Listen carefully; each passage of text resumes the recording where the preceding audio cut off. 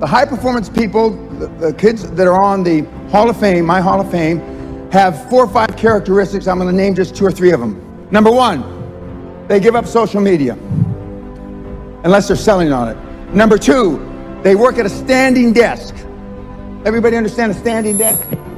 Standing desk. Number 3, they have a treadmill under the desk and it goes at 4 kilometers an hour. 4 kilometers seems to be the maximum where you can still work and do a standing desk. Number 4, they work out 3 to 5 times a week between 30 and 60 minutes a day. Not for 6 packs, not for 4 or 7 or 8% body fat, but just to be generally fit. And last but not least, they eat healthy. That means different things to different people. Doesn't mean vegan, doesn't mean vegetarian. Some just eat meat.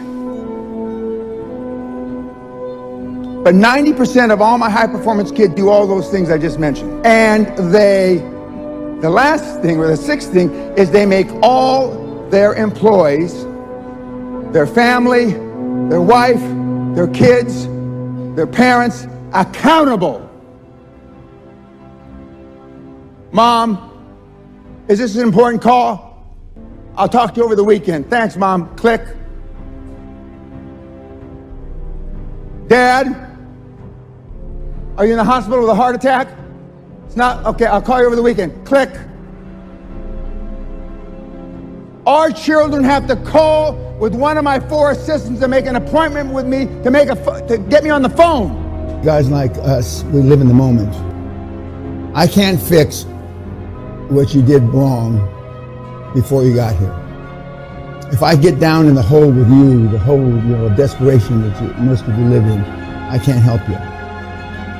I can only, from the time you got here forward, I can change some of your belief systems.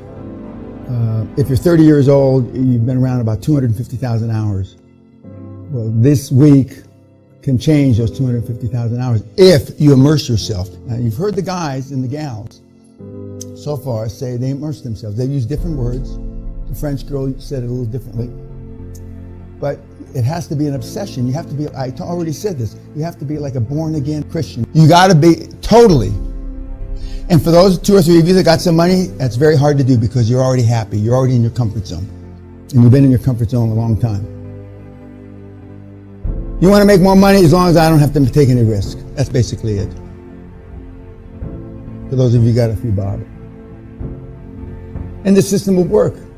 It's not going to work in, like Josh did, but it'll work. Most of you need improvisation. You should go take free classes in acting at a junior college or a college. Second, join Rotary. And I tell everybody this, Rotary, and you want to be on 1 or 2 committees. You want to be on the finance committee and you want to be in the membership committee. Why? Because if anybody's worth coming through the front door, you're going to see them. And you're going to also see how much money they're worth. Some guys look better than they really are. Rotary, okay? And Toastmasters, you want to not just sit, because there's 2 or 3 classifications of Toastmaster. You want the one that participates, where they say, this is a gold bar, sell it to me. That part, not the one to just sit back there and review everything. Toastmasters, because your communication skills, they're not for what you're doing now. But you don't get to be a billionaire if you can't talk. Remember, leadership is me getting you to do what I want you to do when I want you to do it. And now the good news is 98% of the high performance people on the planet are all introverts. You got a chance. Only 2% of us are extroverts. And only 10% of that 2% are alpha males, like me. If your communication skills get 5% as good as mine, it's an instant billionaire. 5% as good as mine, it's an instant billionaire. Just like 2,000, 5%, you're an instant billionaire. Right now, there's nobody that has a 0.5% as good as my communication skills. Napoleon Hill, he didn't say, just do it. He said, action is the real measure of intelligence. So what's the corollary to that? Corollary is a big word, I understand. What's the opposite of that? Inaction is for meatheads. And why do we not take action? Because we're afraid. We want to be liked. Almost everybody in this room is a pleaser. And if I call you a pleaser, that means you're spineless. You know you're pleasers. There's a method to our madness of the questions we ask you. What's the highest performance thing you've ever done in your life? What's the highest performance thing your partner or wife has done in their life? What's the highest performance thing that your kids have ever done in their life? I'm going to go, and these aren't the exact words you use. Nothing, nothing, nothing. We got some guys that are pretenders, not pleasers, pretenders to be tough. It's all right if you down deep inside know you're not tough, just as long as you pretend to be tough. That's all it takes. That's why we send you to Toastmasters. That's why we send you to improv.